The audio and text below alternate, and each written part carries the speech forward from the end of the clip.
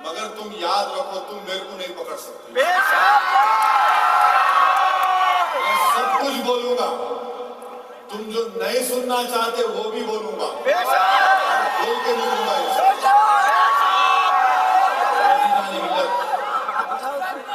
हमको डरने और घबराने की जरूरत नहीं।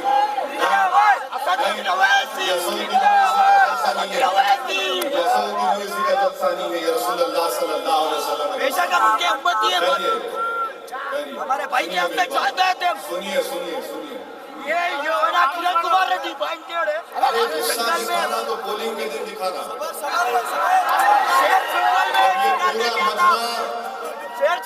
और आंध्र प्रदेश के 80 लाख मुसलमान, जब कभी भी असेंबली और पार्लियामेंट का इलेक्शन होगा, अगर 80 लाख लोग निकल कर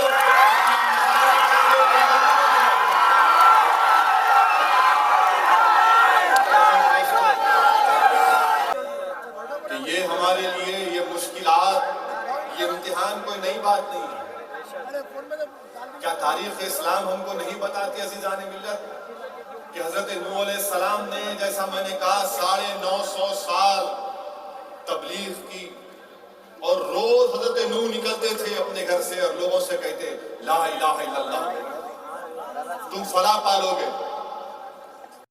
अगर आज तुम्हारे दिलों में गम और मायूसी पैदा हो रही है तो उसको निकालो, उसको निकालो। क्या तुम भूल गए हजरत यूसुफ अलैहिस्सलाम ने अपने वालिद से जुदा हुए, बौली में फेंक दिए गए, मिस्र के बाजार में फरोख्त हुए, जिना की तोहमत लगाई गई, कैद में रहना पड़ा। फिर अल्लाह ने उनको इज्जत से नवाजा और वो मिस्र के बादशाह बने। आज यूसुफ अलैहिस्सलाम की सुन्नत हम तमाम से पुकार कर कह रही है कि देखो, मसाइब और मुश्किलात में अगर तुम साबित कदम रहोगे, यही ईमान की निशानी है। तुम अगर मसाइब और मुश्किलात में साबित कदम रहोगे, यही ईमान की निशानी है। मेरे अजीज दोस्तों, क्या तुम भूल गए हजरत अय्यूब अलैहिस्सलाम को? 30 साल आपने बेहतरीन जिंदगी गुजारी, 12 लड़के, बकरियों का रेवड़, ऊंट, खेत और बाग के फसल। हज़रत जिब्रील ने आके कहा कि अय्यूब अलैहिस्सलाम तैयार हो जाइए, अल्लाह आपका इम्तिहान देने वाला है। आप रात में इबादत के बाद अल्लाह की वहदानियत का दर्ज दे रहे हैं।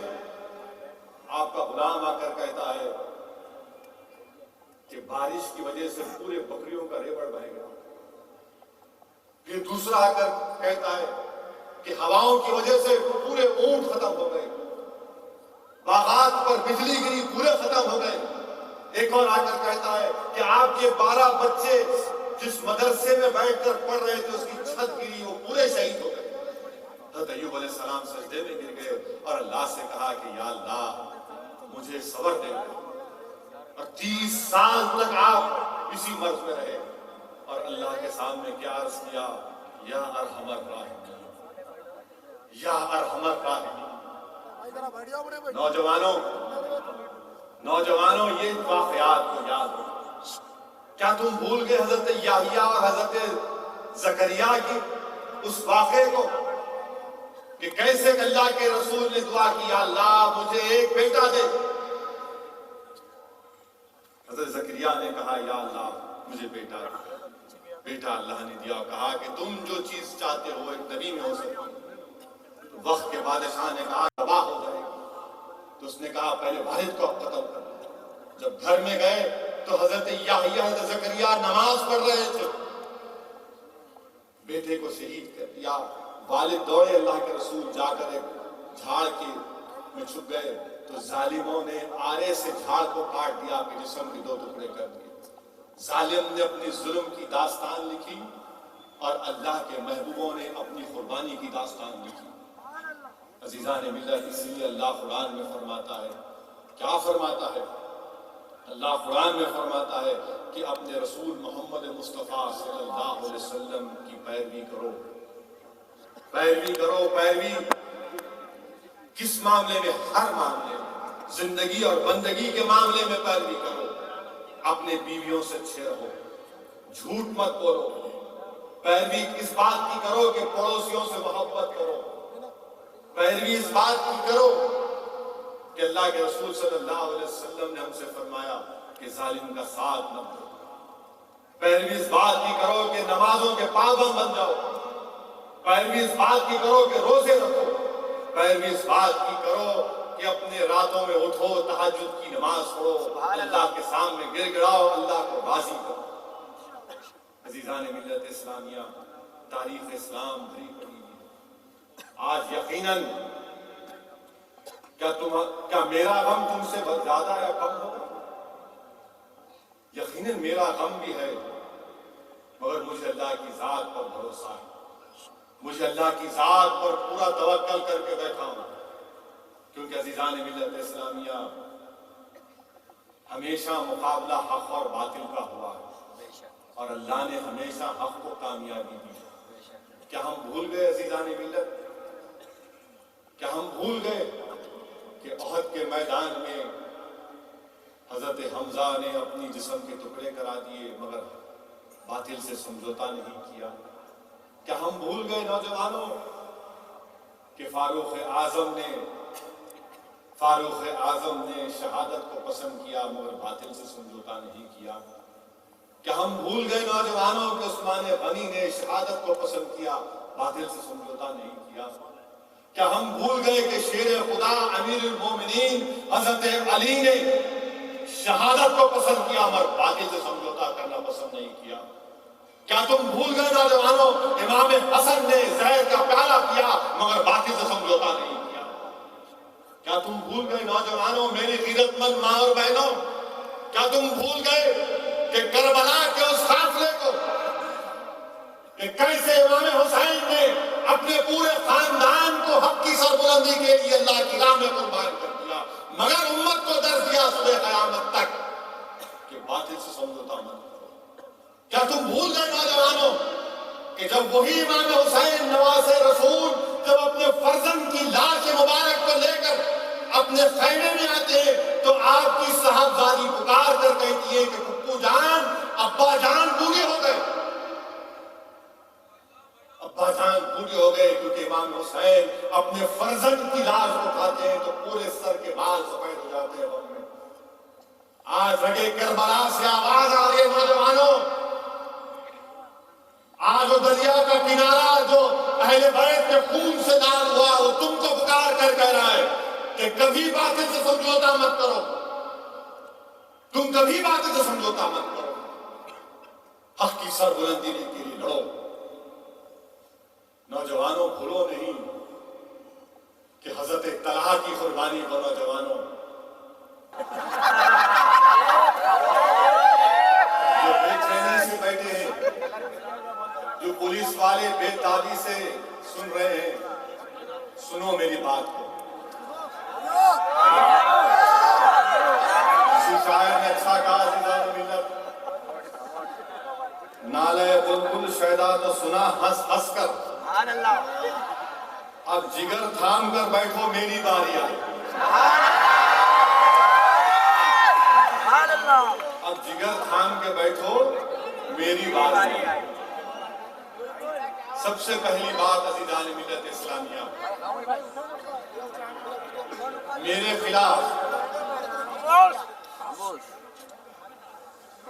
खिलाफ अकबरुद्दीन ओवैसी के खिलाफ कुशईगुड़ा पुलिस स्टेशन में केस डाले। कोई अग्रवाल साहब है, बाइज्जत आदमी है, बाविखार हो सकते नहीं हो सकते मेरे को नहीं मालूम। उन्होंने कोर्ट में डाला और कोर्ट ने कहा कि केस रजिस्टर करो, तहकीकात करो। हमारे वकील ने मुझे उनका पिटीशन मुझे दिया। पिटीशन में ये मौसूफ लिखते हैं, अकबरुद्दीन ओवैसी का तो खैर जिक्र खैर सारी दुनिया में और अल्हम्दुलिल्लाह। वो जब निकलेंगे, सिटी नहीं, वो जब निकलेंगे वो जवाब देंगे और कोर्ट में भी देंगे। मैं यहाँ पर अपना जवाब देने के लिए ठहरा हूँ। ये साहब लिखते हैं अपनी पिटीशन में कि असदुद्दीन ओवैसी पर मुकदमा इसलिए आयद किया जाए मैं कुशाईगुड़ा के पुलिस वालों से कह रहा हूं कि मेरा बयान तुम लिखो। मैं तुम्हारे को यहां से मेरा बयान दे रहा हूं, सेक्शन 41 सीआरपीसी की नोटिस मत दो मेरे को। तुम्हारा काम में आसानी पैदा कर रहा हूं, काम में आसानी पैदा करो, मेरे घर पे भी रखो, लो मैं यहां से बोलो लिखो।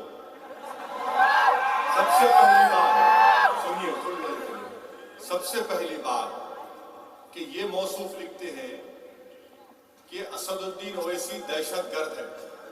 क्यों है? इसलिए कि असदुद्दीन ओवैसी ने आज से 4 साल पहले अब्दुल खदीर नामी एक शख्स जिसने एसीपी को गोली मारी थी, उनको 3 लाख रुपए दिए, इसलिए वो दहशतगर्द है। अब्दुल खदीर को यकीनन हम 3 लाख दिए, और तुम मेरा बयान कलमबंद करवा लो कि अगर अल्लाह ने मुझे इस बात की इजाजत दी तो 3 लाख नहीं 30 करोड़ दूंगा इंशाअल्लाह ताला। और क्यों दूंगा? इसलिए दूंगा कि वो 20-22 साल से जेल में है, वो जुल्म का शिकार है। क्या कानून में किसकी सजा कितनी हो सकती है लाइफ की? 13 साल, 14 साल, आप 22 साल हो गए। सुन लो बीजेपी वालों, मैं 3 लाख दिया ना, और दूंगा, भीख मांगूंगा आवाम के सामने के खदीर के नाम पे 2 खदीर को, और लेके रहूंगा। तुम देखो मेरी बात को, दूंगा, खुलकर दूंगा, तुम्हारी मां नहीं चली मेरे को रोकने के लिए।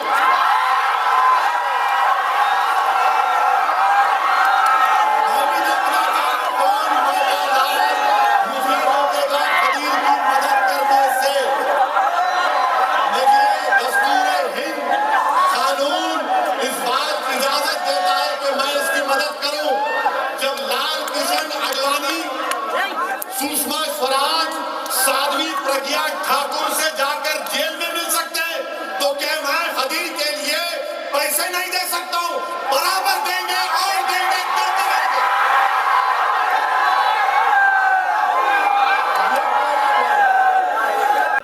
दूसरा पॉइंट क्या है उसमें कि कोई यूट्यूब पे वो वीडियो देखे, वीडियो में यह है कि असदुद्दीन ओवैसी उस वक्त के होम मिनिस्टर जाना रेड्डी से लड़ रहे हैं, इसलिए इन्हें टेररिस्ट से केस बुक करो। मैं जाकर देखा कौन सा कब लड़ा मैं, तो मालूम हुआ जब वाटोली में 7 मासूम लोगों को एक खानदान के घर में बंद करके जिंदा जला दिया गया। 2008 में आदिलाबाद डिस्ट्रिक्ट भैंसा के पास वाटोली गांव में 7 लोगों को जिंदा जला दिए, याद है ना आपको? तो मैंने भैंसा के गेस्ट हाउस में जो जाना रेड्डी होम मिनिस्टर थे उनसे मुकाबला किया, लड़ा उनसे। मुझे पूरा इख्तियार है जमहूरियत में कि मैं लड़ूं, और अगर कोई किसी मासूम को जिंदा जलाता है, मासूम 2 साल के बच्चे को जिंदा जलाया गया, तो क्या मैं इंसान नहीं हूं? हाँ, मैंने लड़ा जाना रेड्डी से, होम मिनिस्टर से मैंने लड़ा। मैं जाना रेड्डी से नहीं बल्कि होम मिनिस्टर से लड़ा, और अगर दोबारा जरूरत पड़ेगी तो फिर लड़ूंगा, रास्ता रोकूंगा, जाने नहीं दूंगा उसको। हम जुल्म को बर्दाश्त नहीं करते। आवाम ने अगर हमको वोट देकर कामयाब किया तो क्यों किया? थालियां मारने के लिए नहीं। आवाम ने कहा कि तुम मेरी जान और माल का तहफ्फुज़ करना। हम धूप में ठहर कर अपनी उंगलियों को सड़ा देते, गला देते तुम्हारे लिए। औरतें क्या करती हैं कि मासूम बच्चों को लेकर 6-6 घंटे पोलिंग बूथ में ठहरती है, धूप में वोट डालती है। क्यों डालती है? कि हमारे आज से कोई लड़े। हाँ, मैं लड़ा होम मिनिस्टर से, क्यों नहीं लड़ूंगा? मैं नहीं लड़ूंगा। तुम जलाओगे हमारे बच्चों को, तुम संघ परिवार के लोग हमारे बच्चों को जलाओगे, और हम होम मिनिस्टर से नहीं लड़ेंगे। लड़ेंगे बराबर होम मिनिस्टर, बेशक लड़ेंगे, लड़ते रहेंगे जब तक असदुद्दीन ओवैसी और अकबरुद्दीन ओवैसी के जिस्म में आखिरी सांस रहेगी। हम संघ परिवार से लड़ते रहेंगे, लड़ते रहेंगे, और ऐसे ही दुनिया से जाएंगे। हम ऐसा नहीं करने वाले।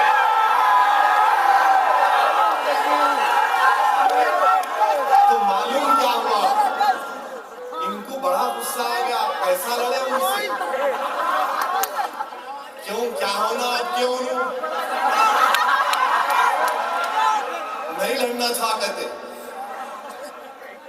वाटोली में जिंदा जला दिए, लड़े तो उन्होंने टेररिस्ट केस बुक करो। अच्छा, तीसरी बात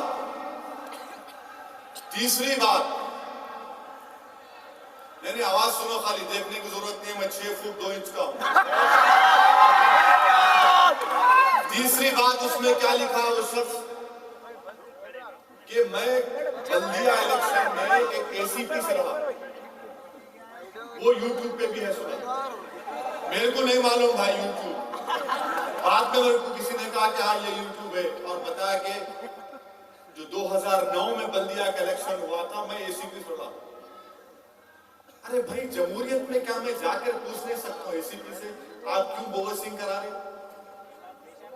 क्या आप क्यों गुंडों का साथ दे रहे, आप क्यों जालिमों का साथ दे रहे? नहीं, इनको तकलीफ हुई तो मैं जवाब दे रहा हूं, मैं अब्दुल खदीर की मदद किया, मुझे उस पर फख्र है। क्या मैं गुनाह किया? कानूनी तौर पर नहीं किया, और करूंगा इंशाअल्लाह ताला, और मदद करेंगे। और हम तो हर बार अब्दुल खदीर को पेरोल पे निकाल रहे हैं, बरसों से अब्दुल खदीर को पेरोल पे निकाल रहे हैं, लड़ रहे हैं हुकूमत से कि छोड़ो उसको छोड़ो, नक्सलाइट्स को छोड़ो जो पिछले 15-18 साल से जेलों में।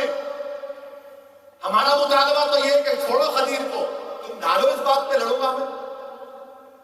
आप ये समझ रहे केस डालेंगे तो पीछे हट जाएंगे, नहीं हटने वाले। हम जो करें हमको उस पर फख्र है, और मजलिस की तारीफ रही कि एक बार जो कर दिए फिर उस पर कोई पीछे नहीं हटते, हम पीछे नहीं हटते।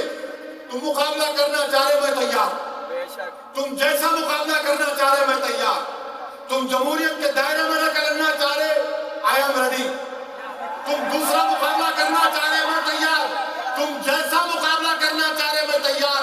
मगर एक बात अपने जहनों में बिठा लो कि मैं रसूलुल्लाह सल्लल्लाहु अलैहि वसल्लम का उम्मती हूं, मैं आका के गुलामों का गुलाम हूं, मैं चुड़िया पहन के लड़ने वालों में से हरगिज़ नहीं।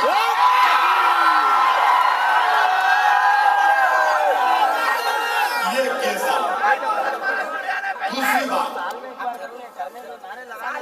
दूसरी बात चीफ मिनिस्टर ये बोलते हैं, चीफ मिनिस्टर साहब ये बोलते हैं कि मेरा ताल्लुक नहीं है असदुद्दीन ओवैसी की गिरफ्तारी से, मेरा कोई ताल्लुक नहीं, मैंने बिल्कुल नहीं है। आपका तो ताल्लुक किससे है? इसने ना भाई, आप तो बहस जा रहे हो, आपको मालूम नहीं, ठीक है। मैं सिर्फ इतना पूछना चाह रहा हूं, मैं सिर्फ उनसे इतना पूछना चाह रहा हूं, यकीनन मुझ पर मुकदमा है, और मुझ पर मुकदमा क्यों लगाया गया? इसलिए लगाया गया कि मुतंगी के मुकाम पर मस्जिद है, रोड वाइडनिंग के नाम पर मस्जिद को शहीद कर रहे थे। मस्जिद वक्फ की प्रॉपर्टी है, वक्फ बोर्ड से परमिशन लेना, हिंदुस्तान की पार्लियामेंट का एक्ट है 1995 का कि आप 1 इंच जमीन नहीं ले सकते, आप परमिशन नहीं लिए। मैं गया, जाकर रुकाया, भाई मेरे अल्लाह के घर को आप शहीद कर रहे थे, मैं जाके एहतजाज किया, आप दीवार भी तोड़ दिए, बिल्डिंग भी तोड़ा खा दी थी, एहतजाज किया हम एहतजाज किए, मानते उस बात को। अब आप आवाम से ताल्लुक मेरा ये आपसे सवाल ये है कि क्या अगर बगैर कानून को फॉलो करे कोई चीज आप करेंगे तो क्या आवाम का नुमाइंदा जाके सवाल नहीं करेगा? अरे कैसा तोड़ रहे भाई आप, हमारी आंखों के सामने बाबरी मस्जिद को शहीद कर दिए, तो लोग यही पूछेंगे ना, असद साहब ये आप क्या करें, आप रहते हुए वक्फ बोर्ड से परमिशन नहीं था, आप कैसा इजाजत दे दिए? हम एहतजाज करें, केस बुक हुआ हमारा, ठीक है केस बुक हुआ, मैं कोर्ट को गया ना, आज कह रहा हूं आपसे, मैं जाने वाला था पहले ही, तो वहां के पुलिस वाले बोले साहब अभी मत आओ, वो कोई मोहांती साहब एसपी है, उनके जाने के बाद आज मिला, भाई मैं आना चाह रहा हूं, नहीं अभी नको। अकबरुद्दीन ओवैसी को जब लेकर गए, मैं आ रहा हूं, हाथ जोड़ के बोलते साहब मत आओ, एक को संभालना मुश्किल है, बड़े आगे तो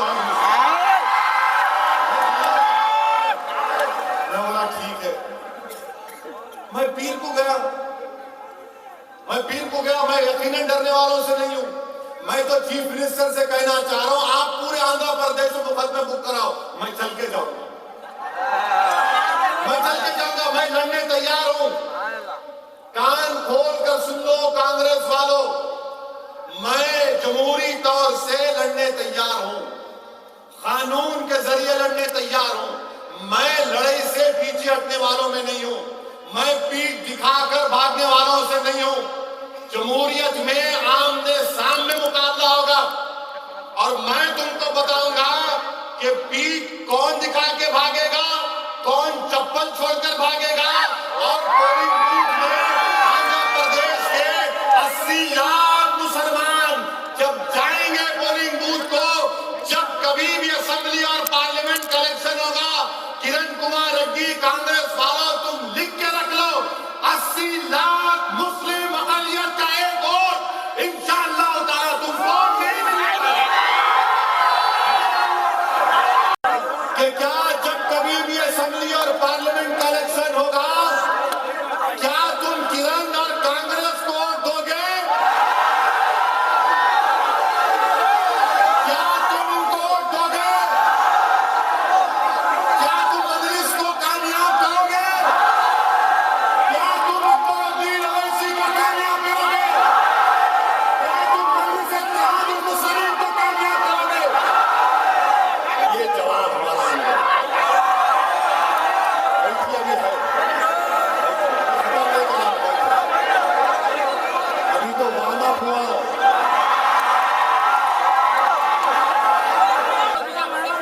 अकबरुद्दीन अवैसी की तकरीर के ऊपर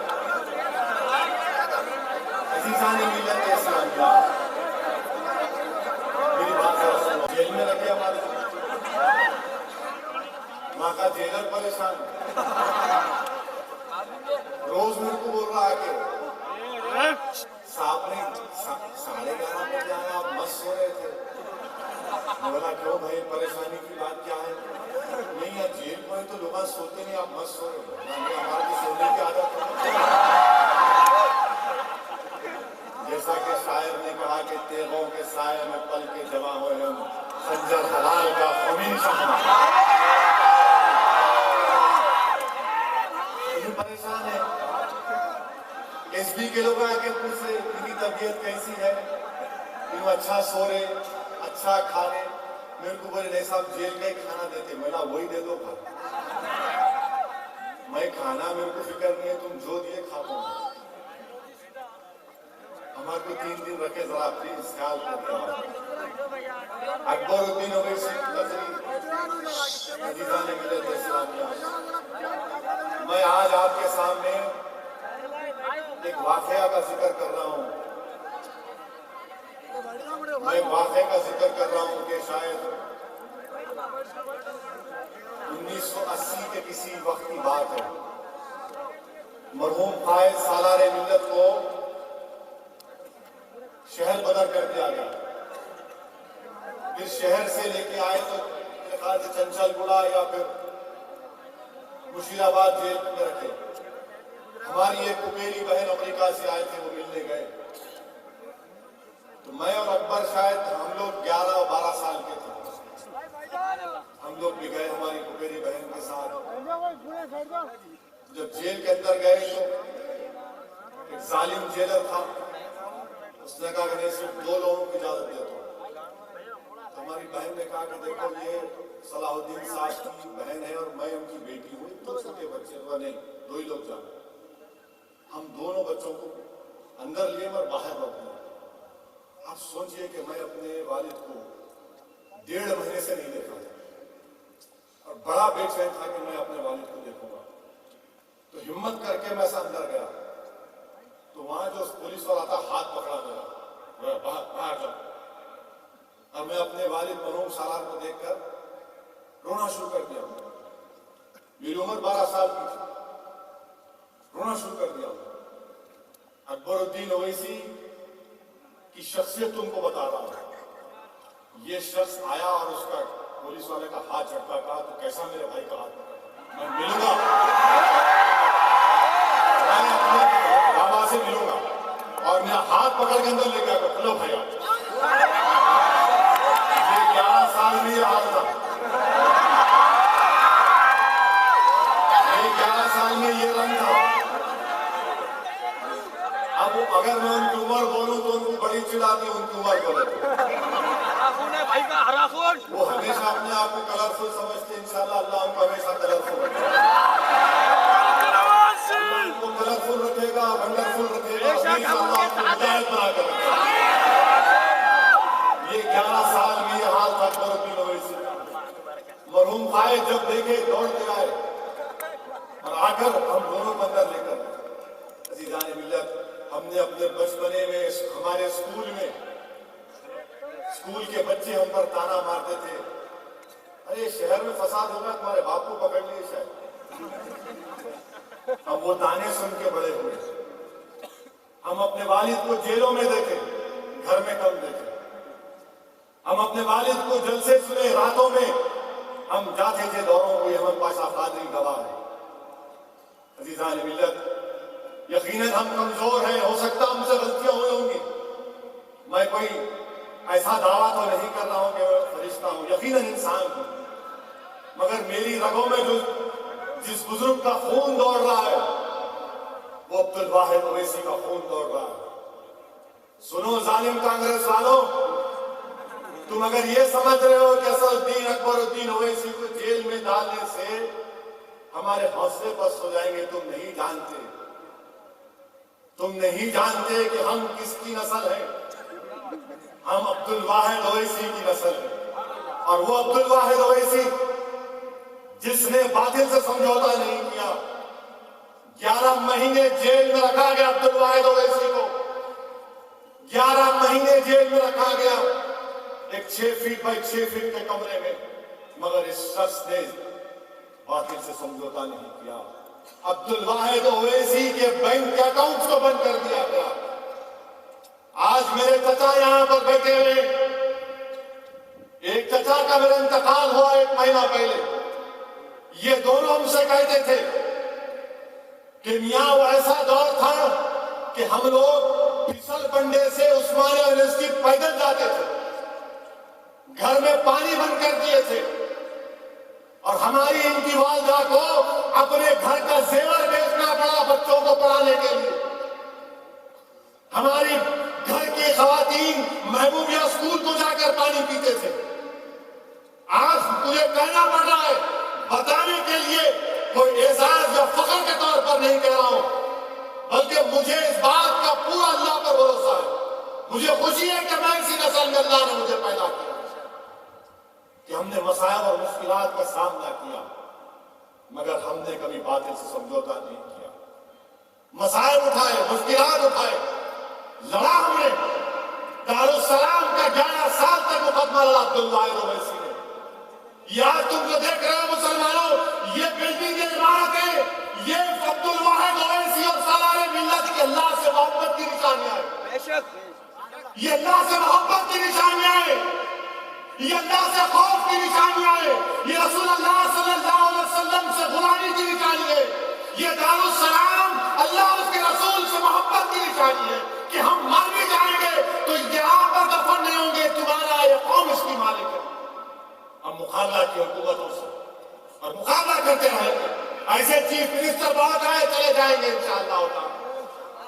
हमको जिससे निस्बत है, हमको जिस नाम से निस्बत है, हमारा ताल्लुक किससे है? हज़रत ओवैसी करनी से, जिसने अपने पूरे दांतों को निकाल दिया रसूलुल्लाह के लिए। अब्दुल ओवैसी चंद महीनों के लिए जेल की सोबत को बर्दाश्त नहीं करेगा। क्या अब्दुल ओवैसी अपनी जान के नजराने देने के लिए तैयार नहीं होगा? यकीनन होंगे। इसलिए होंगे कि अल्लाह ने कह दिया कि मैंने तुम्हारे जान और माल को जन्नत के वक्त खरीद दिया। ये जालिम लोग जेल में डालकर समझ रहे कि हमारे हौसले पस्त हो जाएंगे। नहीं होंगे, बुलंद हो जाते। हमारे हौसले नहीं पस्त हो सकते। हम लड़ते हुए जाएंगे, सीना तान कर जाएंगे, हम कभी पीठ नहीं दिखाएंगे। चीफ मिनिस्टर किसी एक आदमी के पास पैगाम पहुंचा, हमारे दोस्त के पास। चीफ मिनिस्टर जो है आपके मुखालिफिन को बोले मेरे को 3 करोड़ रुपए देंगे कहते हमारे मुखालिफिन केबल चैनल शुरू करना। उन्होंने कहते बड़े बड़े गुंडों को मैदान में उतारेंगे और उन्होंने इस इलेक्शन में ऐसा करेंगे। मैं बोला ये सही बोल रहे हैं, तो हाउ बहनों आके बोले। मैं बोला क्या पागल हो गए? 3 करोड़ रुपए दे देंगे तो 3 करोड़ रुपए में फॉर्म बिकती है। अरे बिकने वाले बिकते होंगे, हम रसूल अल्लाह के नाम पे बिकने वाले हैं। हम रसूल अल्लाह के नाम पर बिकने वाले हैं। लगाओ बोली। कौम इतनी कमजोर नहीं है कांग्रेस वालों। आप गुंडों को उतारेंगे, उतारो गुंडों को। आप गुंडों को उतारो, फिर देख लो शहर में क्या होता। अच्छा पुलिस की बात, उस्मानिया यूनिवर्सिटी का इंस्पेक्टर केस बुक कर दिया। अच्छा करे भाई, कोर्ट से आया ना। सीआरपीसी का सेक्शन है कि 2 क्राइम, अगर एक क्राइम के ऊपर कई एफआईआर रजिस्टर नहीं हो सकते। तो बाद में मेरे को कोई बताए कि उस्मानिया यूनिवर्सिटी का जो इंस्पेक्टर है वो करप्शन में सस्पेंड हुआ था, तो चीफ मिनिस्टर उसको बहाल करे। मगर हाई कोर्ट में केस कर रहा है, इसलिए वो वफादारी निभा रहे। अच्छी बात है।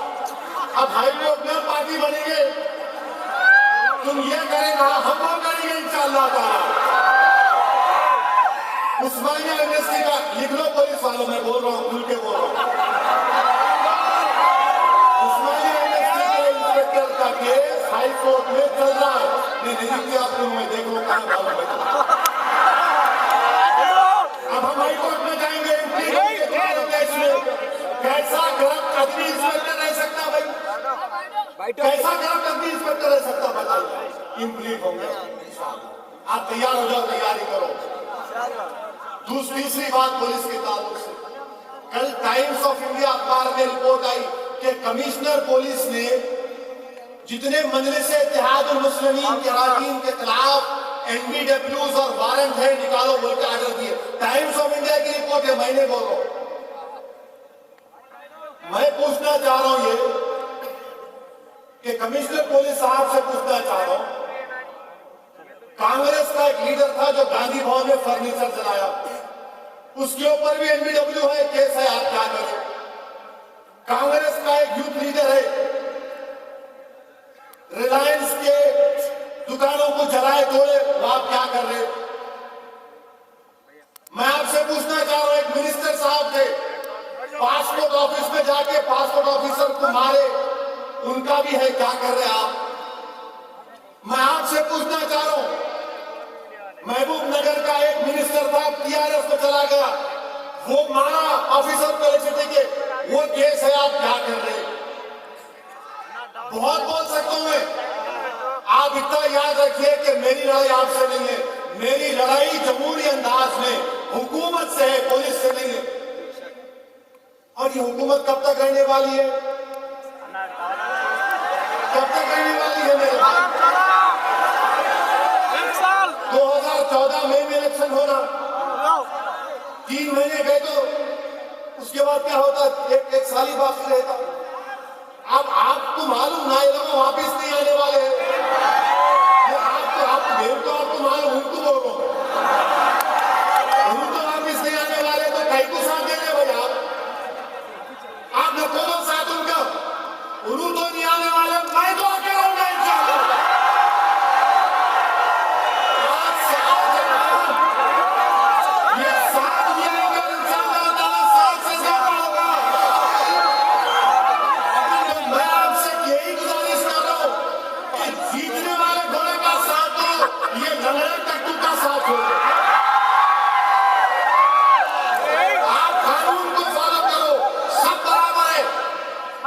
तरफदारी मत करो, आप तरफदारी मत करो, जो कानून को उसके लिए बराबर है। और एक आईपीएस ऑफिसर है, बैठिए भाई, सामने से सुनो मेरी बात। शहर से 6 साल से शहर में थे, जब जब ये वाकया हुआ चार मीनार की मंदिर का, उनका बहुत बड़ा रोल है उसमें, सब चीज में उनका रोल।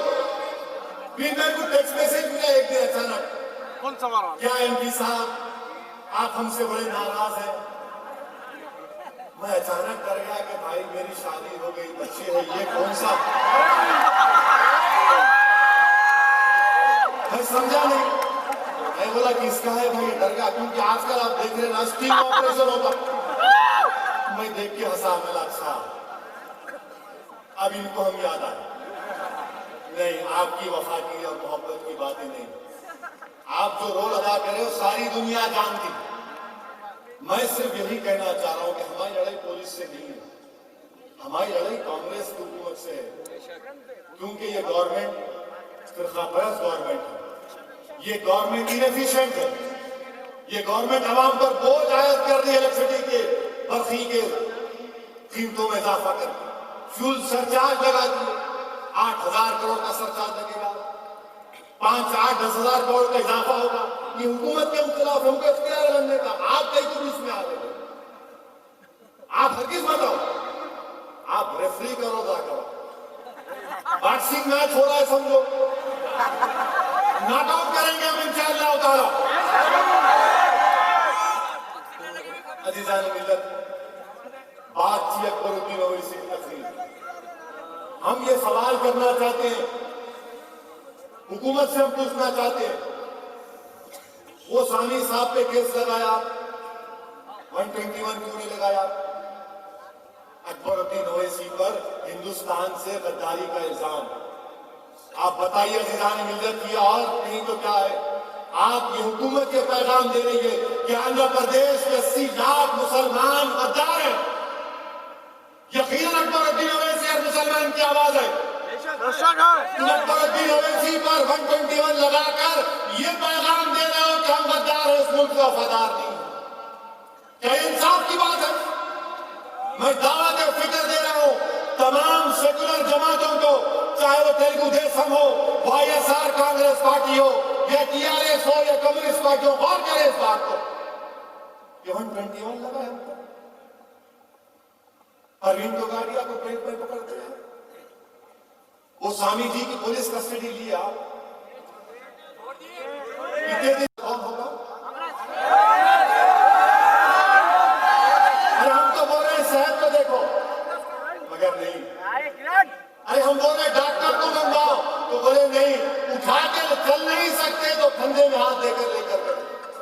आपने देखा ना तस्वीर, आप बताइए ये जुल्म नहीं है तो क्या है? ये जुल्म नहीं है तो क्या है? ये जुल्म नहीं है तो क्या है? ये जुल्म नहीं है तो क्या है? हमसे दुश्मनी निकाल दो नहीं, हमारे को सब बोले थे सबक सिखाएंगे, हमको सिखाओ। मगर आप याद रखो, और फिर अखबार वाले लिख रहे कि अकबरुद्दीन ओवैसी की तकरीर के बाद कोई पॉलिटिकल पार्टी के करीब नहीं आएंगे। हम अचूक हो गए, ठीक है, पॉलिटिकल अनटचेबल है हम, ठीक है, हम है। मगर तुम याद रखो, असदुद्दीन ओवैसी दारुस्सलाम के इस तारीखी जलसे से ये ऐलान कर रहा है और कह रहा है कि मजलिस इत्तेहादुल मुस्लिमीन को, गय्यूर मुसलमानों को, सियासी पार्टियों की हमको जरूरत नहीं है। हमारी बका के लिए, हमारी बका के लिए हमको अल्लाह काफी। हमारे को हाथ लगा है तो शॉट लगेगा, आपको देखो कोई साथ नहीं आएगा इनके, वही फिक्र है इनको नियात तकवा। हम बताएंगे हम क्या है। फिर अकबरुद्दीन ओवैसी की तकरीर हिंदुओं के खिलाफ है। अकबरुद्दीन ओवैसी की तकरीर हिंदुओं के खिलाफ नहीं है। अकबरुद्दीन ओवैसी की तकरीर हिंदू मजहब के खिलाफ नहीं है। हम हिंदुओं के खिलाफ नहीं है, ना हम हिंदू मजहब के खिलाफ है। हम हिंदुत्व के खिलाफ है, हम संघ परिवार के खिलाफ है, हम बीजेपी के खिलाफ है, हम आरएसएस के खिलाफ है, हम विश्व हिंदू परिषद के खिलाफ है, हम नरेंद्र मोदी के खिलाफ है। इसलिए खिलाफ है कि वो चीफ मिनिस्टर था और उसकी नाक के नीचे